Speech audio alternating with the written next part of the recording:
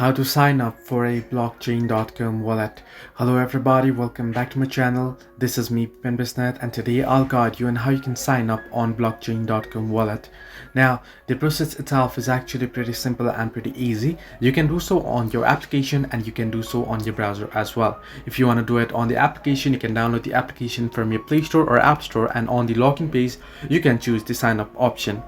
However, if you wish to do it on the browser, you can simply search in for blockchain sign up on your web page.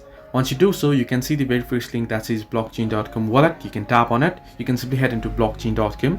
Now here you can see the wallet login page and you can see exchange login page. So you can simply under wallet, you can see there sign up now option. You can tap on it. Now here you can see you want to enter in your email address. You want to enter in the password.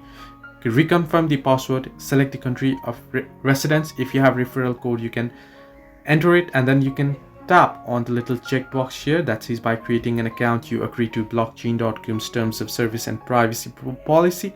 Then simply tap on continue. Once you do so, it'll ask you for other necessary details. You want to go ahead through all those prompts and details.